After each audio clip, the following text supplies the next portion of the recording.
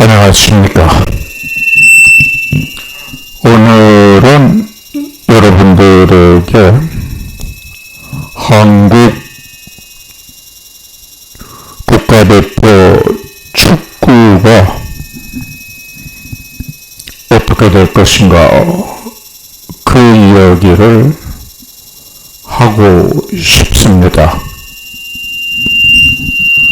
원래 저는 70여 년 전 한국에서 유일하게 세계적인 축구를 볼 수 있는 기회가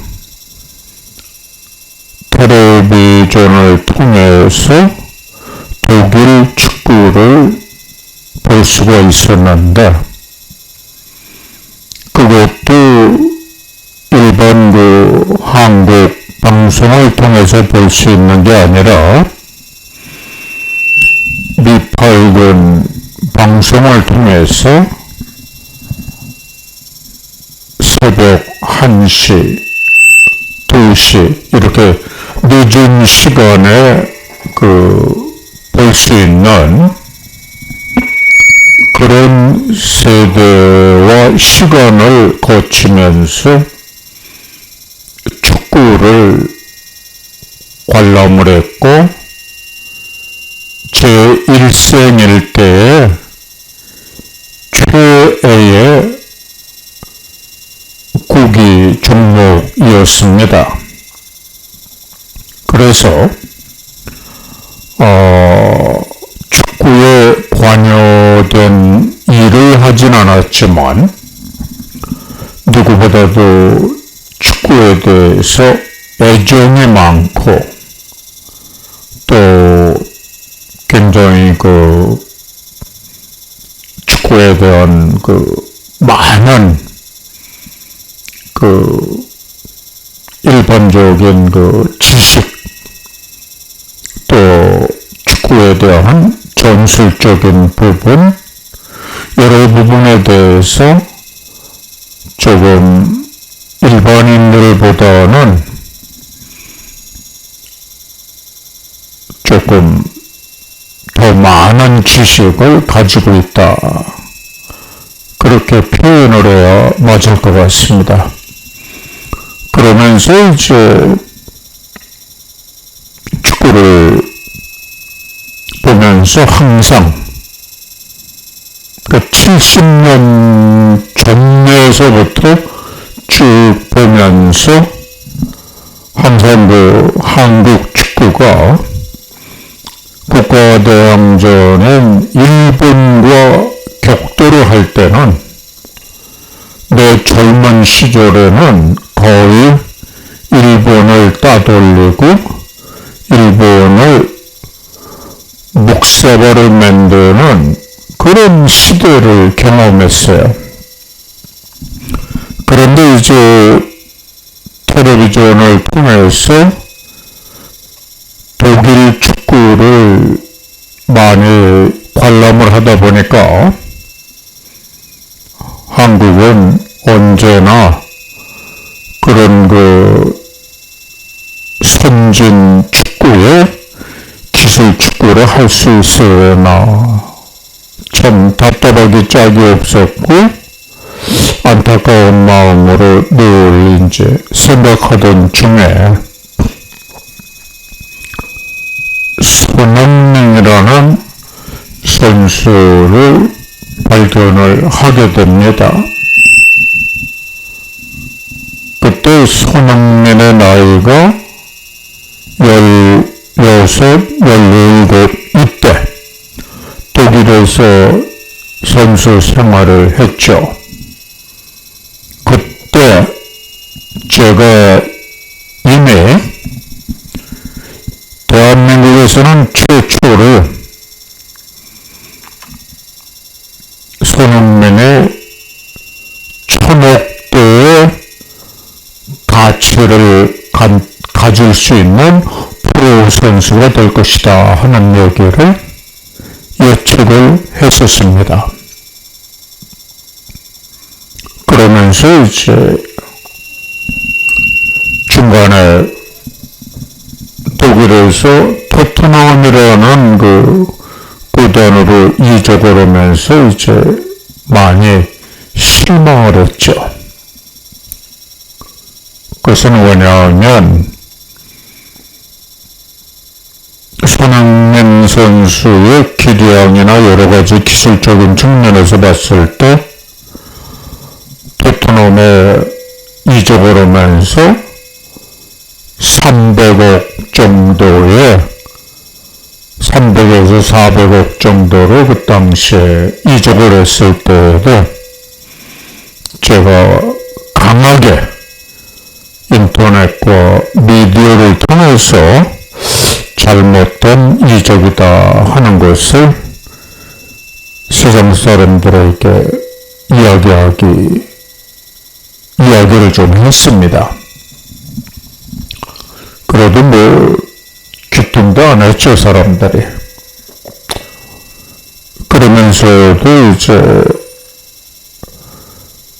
내가 손흥민 선수가 1000억의 가치를 가진 프로 선수가 될 것이다 라고 예측을 했었기 때문에 뒤에서 꾸준히 응원을 하고 지켜봤습니다. 그러면서 이제 얼마 전에 한 5, 6년 전에 이제 실망을 하고, 왜냐, 물론 이제 2, 3년 전에 축구계에서 손흥민은 월드 클래스다. 1000억대 이상의 가치를 가진 선수다. 이렇게 이제 많은 그 사람들이 대화가 오고 갔었습니다. 유럽의 축구 전문가들도 그러한 그 이야기를 매스컴에서 많이 하고 있었고, 근데 이제 제가 그 당시에 안타까웠던 것은 월드 클래스가 1000억대가 넘는 이적료를 받을 수 있다, 이런 말은 무성하게 떠드는데 실제로 이적을 해서 1000억대를 찍지 못하면 300에서 400억의 토트넘으로 이적을 한 그것이 손흥민의 가치예요. 내가 토트넘으로 이적을 한 것을 못마땅하게 생각했던 것은 토트넘이라는 구단은 절대로 상위권 그 구단이 될 수가 없다는 걸 아주 오래전부터 알고 있었어요. 내가 그렇게 진단을 하고 있었기 때문에 이제 못마땅했던 거죠. 그리고 이제 그 당시에 손흥민이 더 이상 발전할 수 없다 하면서 강하게 질타를 했던 것 중에 하나는 손흥민 아버지가 손흥민을 만들어냈지만 그 아버지의 한계점에 다다랐다는 것을 내가 또 강하게 주장을 했고, 근데 이런 그 세월을 보내면서 얼마 전에 이제 한국의 축구협회 정몽준의 그 비리와 여러 가지 그 문제점에 대한 것이 드러나서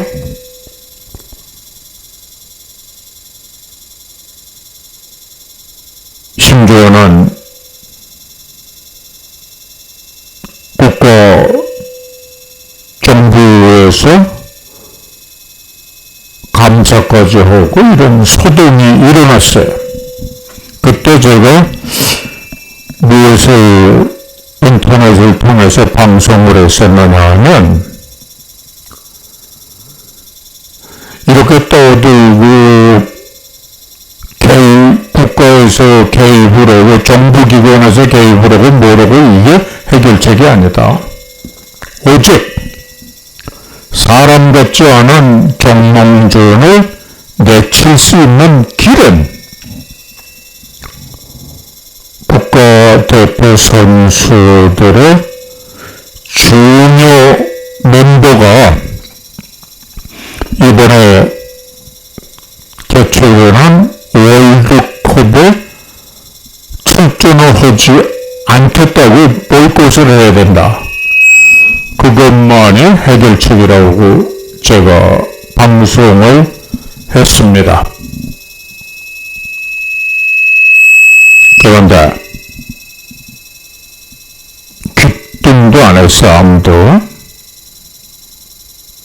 그리고 그 양상이 한국의 체육부 기관에서 감사를 했다, 다음에 회장을 더 연임하지 못하게 하겠다. 이렇게 떠들어댔지만 정작 해결이 되지 않고 다시 이제 그 와중에 떠들 때 박문성이라고 하는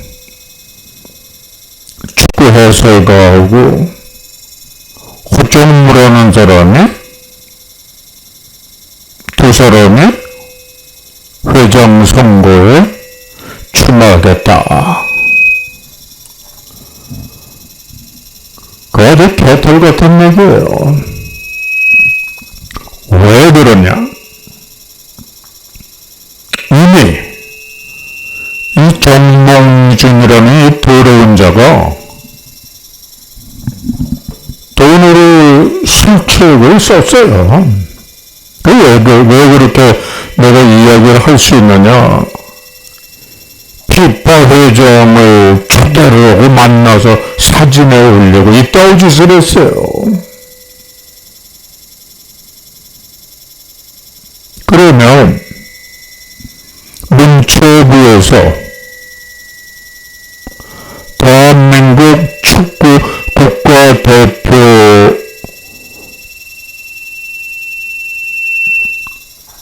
체육회에 매년 예산을 몇십억씩 돈을 댄대요. 그러면 문체부에서 아주 단순히 피파에서 이 대머리 자식이 뭐라고 공고를 쳤냐면 정부가 개입을 하면 안 된다. 이런 얘기까지 나왔어. 그래? 정부가 개입을 못한다고 법적으로 이러고 저러고 개소리를 할 때 문체부에서 다음 해서부터는, 그러니까 2025년서부터는 축구 국가대표팀에게 보조하는 예산 금액을 전부 보조를 하지 않겠다 하고 딱 자르면 피파가 돈을 내든지 한국 국가대표 축구단을 완전히 없애버리든지 아니면 정몽준 그 자식이 스스로 회장직에서 물러나든가 무슨 결정이 났을 거라고. 근데 문체부 이것들을 주둥아리만 뭐 어쩌고저쩌고 한다고 그래놓고 슬그머니 구렁이 새끼들처럼 뒤로 빠졌어요. 그럼 뭐 중에 더러운 짓을 또 한 거야, 이것들에. 여기서 내가 이야기하고자 하는 포인트는 허정무나 박문성이나 이런 남자들 둘이서 회장에 출마하겠다는 이런 가소로운 짓을 하는 게 아니고 축구 국가대표 애들 선수들을 불러서 설득을 시켜서 국가대표의 자격으로 월드컵에 나가지 못하도록 설득을 했어야 돼요. 그것만이 방법이고 길이야. 특히 이 홍명보 같은 거 꾸며볼까 짜증나. 왜 사람 취급도 안 해요, 나는. 근데 그런 거를 하지 않고 출마를 한다고? 정몽준한테 개 털리듯이 털렸잖아요. 그래서 왜 이 얘기가 중요해서 내가 중요하다고 생각해서 이야기를 하게 되느냐 하면, 그러고 나서 근면에 불과 한 2-3주 전일 거예요. 인터넷에 서핑을 하다가 보니까 뉴스에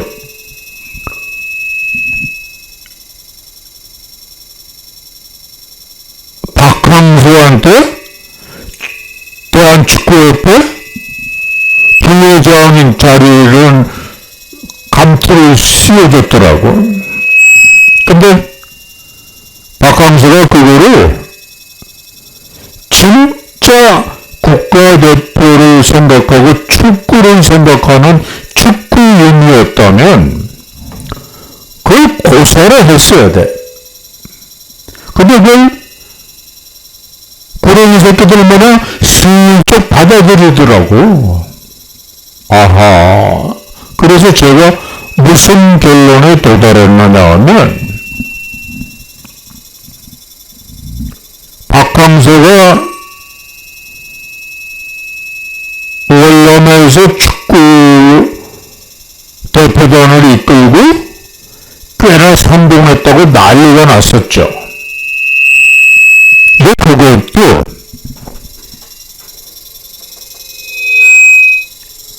박항서 개인의 축구 철학이 있거나 진정한 어떤 그 인격적인 부분, 축구인으로서의 인격적인 부분이 성공을 한 게 아니에요.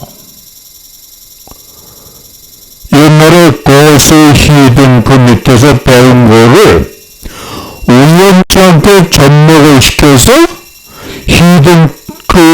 거스 히든크라고 하는 감독의 기가 막힌 그 선수 그 지도법을 월남 애들한테 적용을 했는데 그게 먹힌 거야. 그리고 박항서가 정몽준이 주는 더러운 감투를 받아들이는 걸 보면서 이게 박항서가 개털이구나.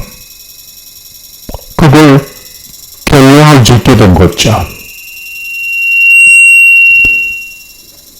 이게 곧 뭐냐 하면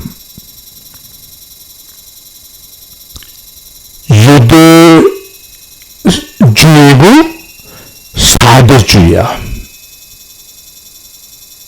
올바른 거를 위해서 대쪽처럼 하지 않고 슬그머니로 밖으로 챙기기 위해서 더러운 그 상토를 뒤집어 쓰고 감토를 뒤집어 쓰는 그런 짓거리. 하나님이 없고 하나님의 자녀들이 아니니까 그러는 걸 이해는 해. 그러나 나는 하나님의 자녀로서 세상을 보는 눈이 다르기 때문에 이런 얘기를 하게 되는 겁니다. 그리고 제가 여러분들에게 제시했던 그 일을 여러분들이 시행을 안 해도 괜찮은 것 같으죠? 그렇지가 않아요. 그건 왜? 뭐 하나님 종이니까. 그죠? 여러분들이 진실과 진리 앞에서 올바른 것을 선택해서 행하지 않으면 여러분들에게 문제가 생겨요. 여러분들이 잘 보이지 않는데 그런 일이 우왕좌왕 있고서부터 손흥민이 추락해서 한국 축구 국가대표단이 지금 무너져가고 있어요. 앞으로 결론적으로 뭘 내가 얘기하는 거냐? 앞으로 한국 축구 국가대표팀은 동네 축구로 변할 겁니다. 왜? 하나님께서 당신들을 돕지 않아. 왜? 올바른 걸 선택해서 하지 않으니까. 너무 실망을 했어요. 근데 박항서부터 그 다음에 김병지 이런 것들이 전부 한국 축구 주둥아리를 뭐 어쩌고 저쩌고 하면서 정몽래 그런 놈들 때문에 밥그릇 챙기느라고 올바른 거는 뒷전이고 그냥 슬그머니 구렁이에 담배방 가는 식으로 가는 거야.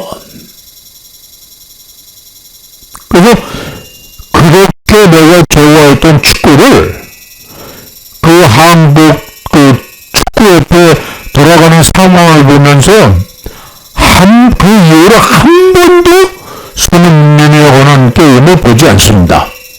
그것뿐만 아니라 유럽 축구고 뭐고 그렇게 좋아했던 축구를 한 번도 보지 않습니다. 완전히 내 마음에서 끊어버렸습니다. 내가 70년 전에 11인치 텔레비를 가지고 그것도 흑백 TV.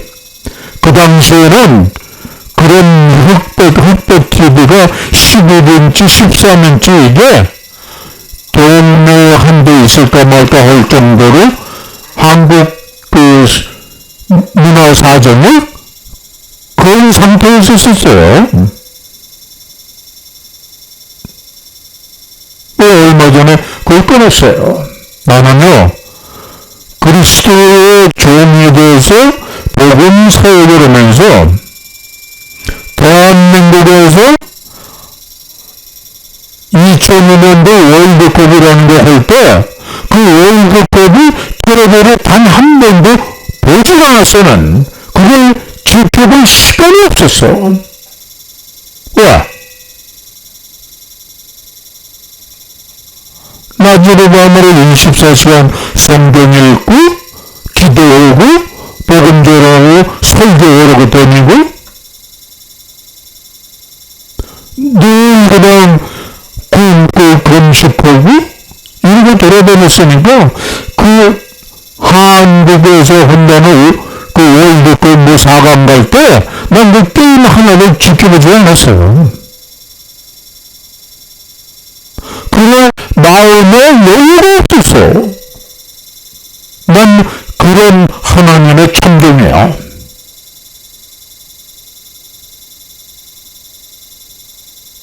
그리고 축구 얘기는 이것이 결론이고 한마디 다른 걸 얘기하고 말씀을 마치겠습니다.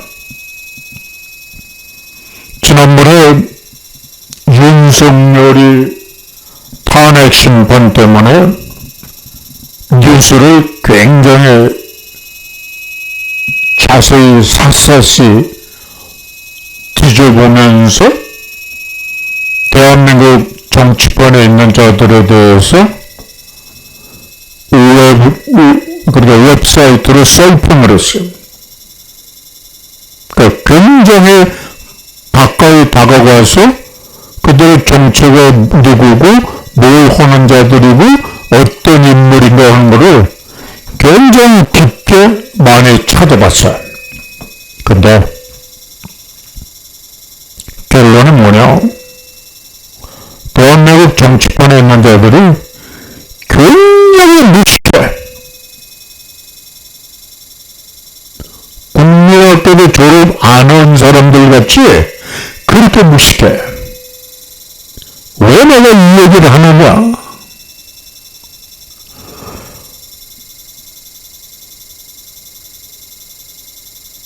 겸손을 한다고 뭐고 하는데 어른애들 같은 얘기로 따지고 긁고 지적하고 그래.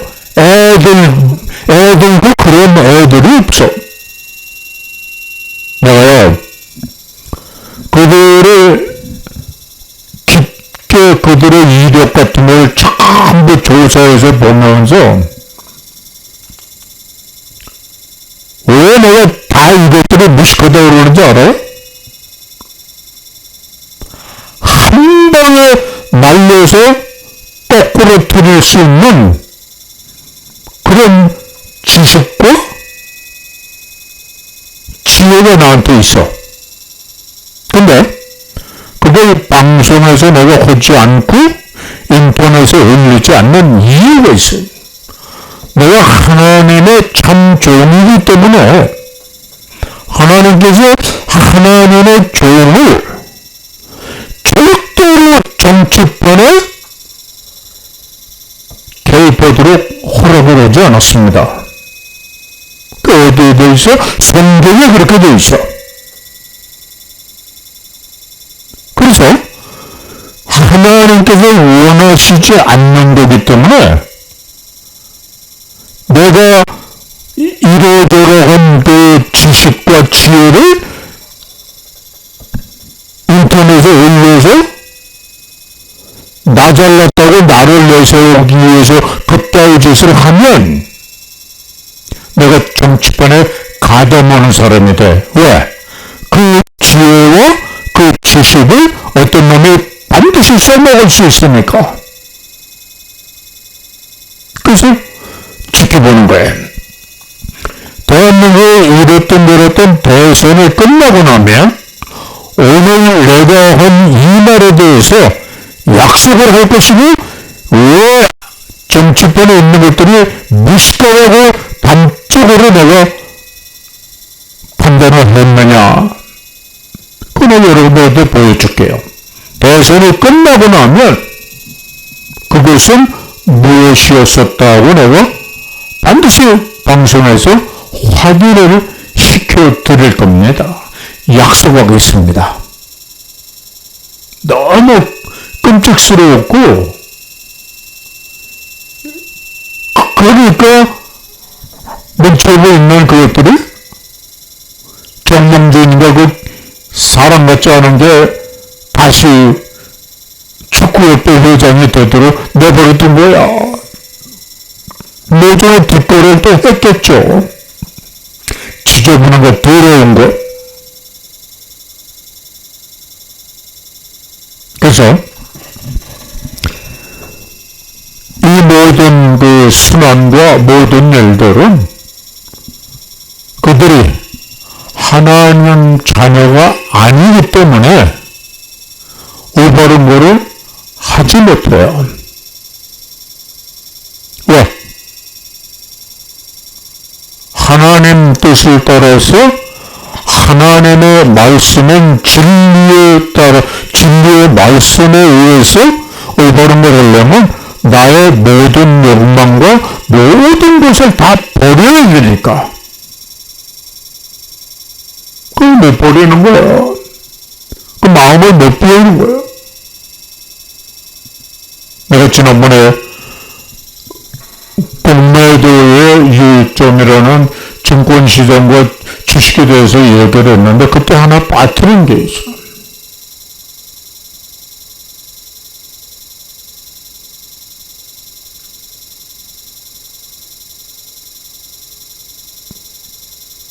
뭘 빠뜨렸느냐 하면 여러분들이 그 주식을 하는 사람이나 전문가를 하는 사람이 주식시장에서 승리하기 위해서는 마음을 비워야 된다. 욕심을 버려야 된다. 이런 얘기들을 잘해. 명언이라고 생각하고 대단한 조언이라고 생각하고 사람들이 그런 얘기를 합니다. 근데 정작 마음을 비우는 것과 욕심을 버리는 게 뭔지 아는 사람은 아주 없다고는 하지 않겠지만 거의 불과 0.001%에 지나지 않습니다. 분명히 마음을 비우고 마음을 버리고 욕심을 버려야 되는데 그게 뭔지 몰라.